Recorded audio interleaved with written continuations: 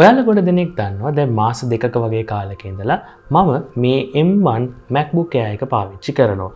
ඔයාලා ගොඩ දෙනෙක් මගේ මේ M1 MacBook Air එක ගැන කරපු වීඩියෝ එක රිවිව් එක බලලා ඒකට ගොඩක් අය කමෙන්ට්ස් කරලා තිබුණා මොනවද මම මේ MacBook Air එකත් එක්ක පාවිච්චි කරන ඇක්සසරිස් ඒ වගේම මොනවද මම මේ MacBook Air එකේ පාවිච්චි කරන softwares කියලා අහලා.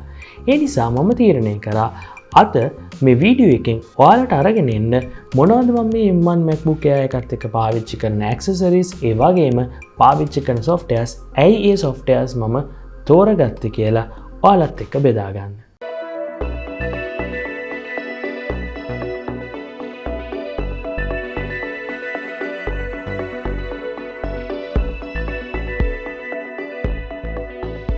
මම රජිත් පෙරේරා ටෙක්වේ ජෙල්කේ YouTube channel එකට ඔයාලා හැමෝම වමාදරෙන් පිළිගන්නවා.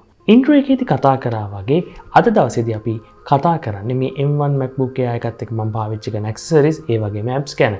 එhmenan මුලින්ම අපි බලමු මොනවද මම මේ M1 MacBook Air එකත් එක්ක පාවිච්චි කරන accessories කියලා. ඔයාලා මේ දකින්නේ මම පාවිච්චි කරන USB-C hub එක. මේ USB hub එකේදී HDMI port එකක් හම්බ වෙනවා. මේකෙන් ඔයාලට 4K වෙනකම් display එකක් connect කරන්න පුළුවන්කම තියෙනවා. ඒ වගේම SD card slot එක, USB 3 ports දෙකක් සහ තවත් USB-C charging port එකකුත් ඔයාලට හම්බ වෙනවා. ඉතින් ඔයාලට M1 Mac එකක් තියෙනවා නම් අනිවාර්යෙන් ඔයාලට මේ වගේ USB-C hub එකක් පාවිච්චි කරන්න වෙනවා. ඔයාලත් මේ හබ් එක ගැන ඉන්ට්‍රෙස්ට් නම් මම ඩිස්ක්‍රිප්ෂන් එකේ මේකේ ලින්ක් එකක් දාලා තියන්න. හැබැයි එක දෙයක් කියන්න ඕන. ඒ තමයි මේ හබ් එක ටිකක් එක දිගට පාවිච්චි කරනකොට ටිකක් රත් වෙන ස්වභාවයක් මට දකින්න හම්බුණා. හැබැයි මේ වෙනකන් මේකත් එක්ක වැඩ කරනකොට මට කිසිම ප්‍රශ්නයක් ඇති වුණේ නැහැ.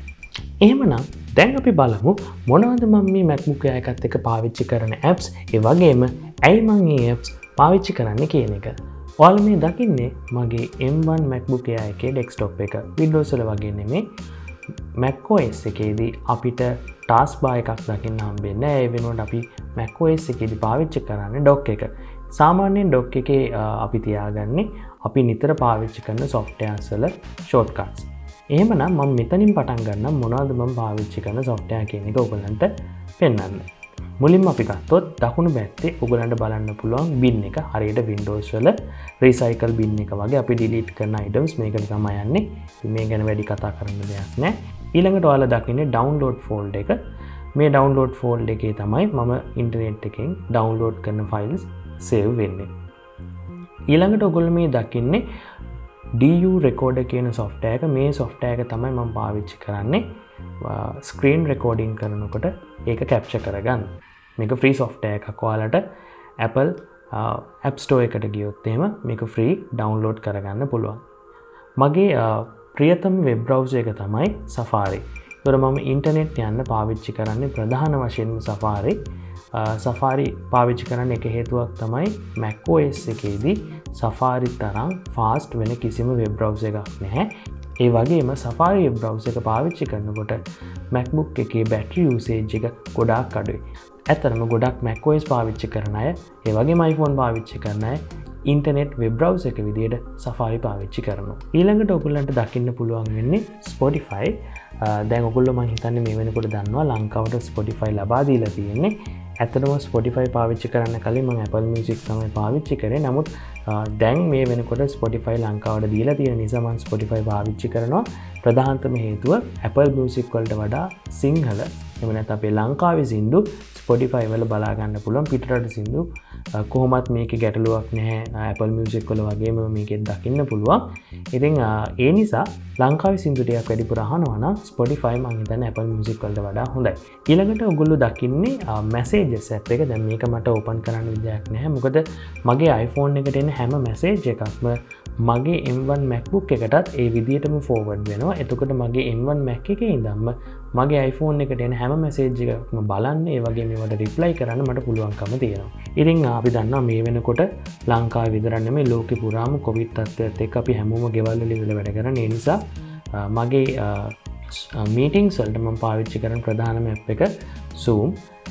ඒ නිසා Zoom උත් මම ඉන්ස්ටෝල් කරලා තියෙනවා. ඉතින් Zoom ගැන අපි හැමෝම දන්න හින්දා මම ඒ ගැන වැඩි කතා කරන්න යන්නේ. ඊළඟට ඔයගොල්ලෝ දකින්නේ Pages. Pages කියලා කියන්නේ Word වෙනුවට Microsoft Word වෙනුවට Apple ලා හදපු Apple ලගේ word processing software එක. Apple Pages තමයි මගේ word processing app එක විදිහට පාවිච්චි කරන්නේ. ඒකට හේතු කීපයක් තියෙනවා. පළවෙනි එක තමයි මේක free. ඔයාලට Apple device එකක් තියෙනවා නම් මේ Pages free ඔයාලට download කරන්න පුළුවන්. අනිත් එක තමයි Word තරම් වැඩ මේකේ කරන්න බෑ. ඒක ඇත්ත. නමුත් Word වල කරන්න පුළුවන් ගොඩාක් වැඩ කිසිම ප්‍රශ්නයක් නැතුව මේකෙත් කරන්න පුළුවන්. ඒ වගේම තමයි Word file එකක් වුණත් කිසි ප්‍රශ්නයක් නැතුව ඔයාලට open කරන්න පුළුවන්. ඊළඟට තියෙන්නේ අපි හැමෝම දන්න calculator එක. ඉතින් හදිස්සියේ මොන හරි ගණනය කිරීමක් කරගන්න ඕන වුණොත් calculator app එක මම පාවිච්චි කරනවා. ඊළඟට ඔයගොල්ලෝ දකින්නේ විශේෂ app එකක්. මේක ඇත්තටම macOS එකට හදපු app එකක් නෙමෙයි. මේක iOS app එකක්. ඒ කියන්නේ iPhone වලට හදපු app එකක්.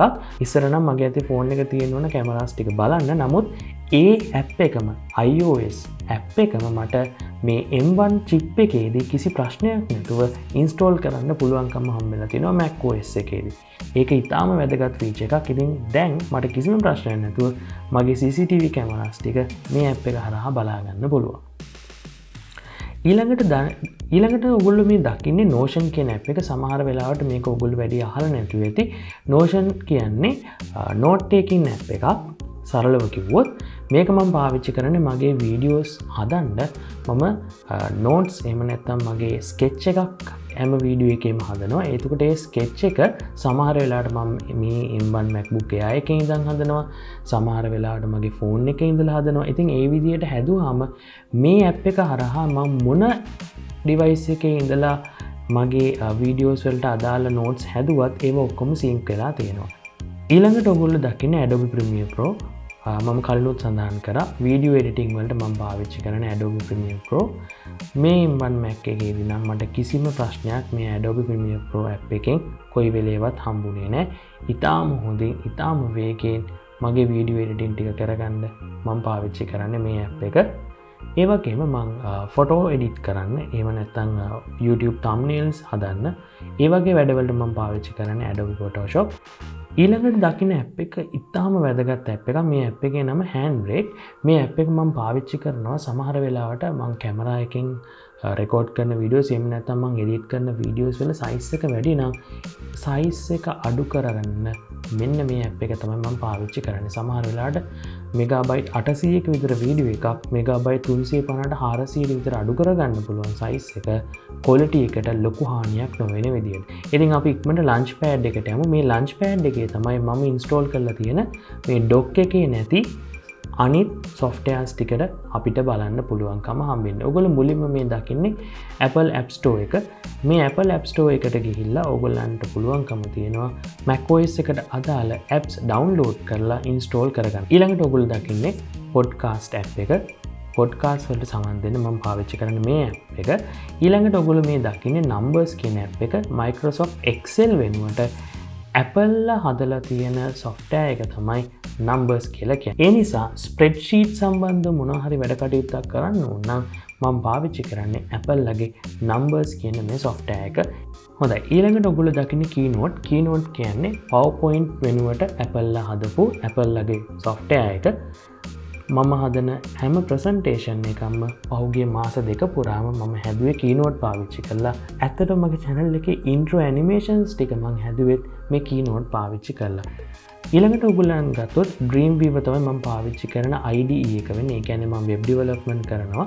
ඉතින් මේ web development වැඩවලට මම පාවිච්චි කරන integrated development environment එහෙම නැත්නම් IDE එක තමයි Adobe Dreamweaver කියලා කියන්නේ. After Effects කියන්නේ මම ගොඩාක්ම පාවිච්චි කරන software එකක් නෙමෙයි. නමුත් සමහර වෙලාවට පොඩි animations හදාගන්න ගියාම මම After Effects පාවිච්චි කරනවා. ඊට අමතරව audio editing වැඩවලට මම Audacity පාවිච්චි කරනවා. අපි හැමෝම දන්නවා audio editing වලට අපිට download කරලා පාවිච්චි කරන්න පුළුවන් හොඳම free software එකක් තමයි Audacity කියලා කියන්නේ. ඊළඟට GIMP. ඇත්තට මම GIMP නම් පාවිච්චි කරන්නෙම නැති තරම්. GIMP කියන්නේ මම හිතන ඔයගොල්ලෝ හැමෝම දන්නා Photoshop වෙනුවට අපිට පාවිච්චි කරන්න පුළුවන් free tool එකක් තමයි GIMP කියන්නේ.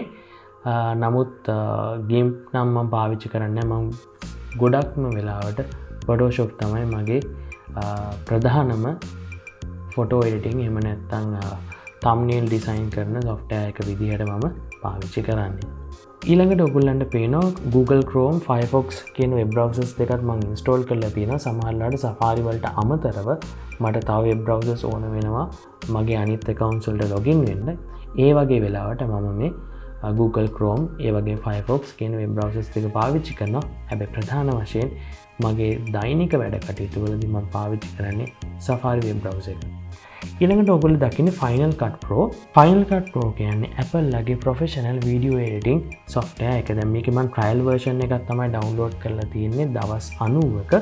හැබැයි මම අවුරුදු ගාණක් තිස්සේ Adobe Premiere Pro වලට හුරු වෙලා තියෙන නිසා මට Final Cut Pro වලට ටිකක් මාරු වෙන්න අපහසුතාවයක් තියෙනවා. ඉතින් ඒ නිසා video editing වලට මම පාවිච්චි කරන්නේ තාමත් Adobe Premiere Pro. ඊට අමතරව ඔයගොල්ලෝ දැක්කොත් එහෙම මම පාවිච්චි කරන තව ප්‍රධාන app එකක් තමයි මේ Clean My Mac කියන එක. මේ app එක පාවිච්චි කරනවා මගේ Mac එකේ virus තියෙනවද කියන එක scan කරගන්න. ඒ වගේම පාවිච්චි නොවන files තියෙනවා නම් ඒවා අයින් කරගන්න. කොටින්ම කිව්වොත් මගේ Mac එක maintain කරන්න මම මේ app එක පාවිච්චි කරනවා. ඇත්තටම Mac එකක් තියෙන ඕනම කෙනෙක් install කරගන්න ඕනම software එකක් විදිහට මේ Clean My Mac කියන software එක මට හඳුන්වා දෙන්න පුළුවන්. දැන් ඔයගොල්ලෝ දැක්කොත් එහෙම පේනවා මේ වෙලේ මගේ කම්පියුටර් එකේ අයින් කරන්න ඕන පාවිච්චි කරන්න නැති files gigabyte 1.2ක් විතර තියෙනවා. ඊළඟට malware ඒ virus වගේ වලින් මගේ කම්පියුටර් එකේ ගැටලුවක් නැහැ. ඉතින් වැඩි පාවිච්චි නොකරන ලොකු files gigabyte 50ක් ඉට් වෙන්න තියෙනවා කියලා මේකෙන් කියන. ඉතින් මේ දේවල් ඇනලයිස් කරගත්තට පස්සේ මට මගේ Mac එක හොඳ ඔප්ටිමයිස් එකක් කරලා හොඳ ස්පීඩ් එකකින් පර්ෆෝමන්ස් හොඳම මට්ටමේ තියන් පාවිච්චි කරන්න පුළුවන්කම තියෙනවා. එහෙමනම් මම විශ්වාස කරනවා M1 MacBook Air එකත් එක්ක මම පාවිච්චි කරන accessories ඒ වගේම apps ගැන හොඳ වැටහීමක් දැන් ඔයගොල්ලන්ට ලැබෙන්න ඇති කියලා. මේ වගේ වීඩියෝස් දිගටම බලන්න ඔයගොල්ලෝ කැමති නම් අනිවාර්යෙන් මේ වීඩියෝ එක යටින් කමෙන්ට් කරන්න, ඒ වගේම ලයික් කරන්න. මේ වගේ වීඩියෝස් දිගටම ඔයගොල්ලන්ට අරන් එන්න. එතකොට මට පුළුවන්කම තියෙනවා. එහෙමනම් අද දවසට අපි මෙතනින් සමුගමු. මේ වගේම අලුත්ම තාක්ෂණය සම්බන්ධ වීඩියෝ එකකින් ඉක්මනින්ම හම්බෙමු. හැමෝටම සුබ දවසක්.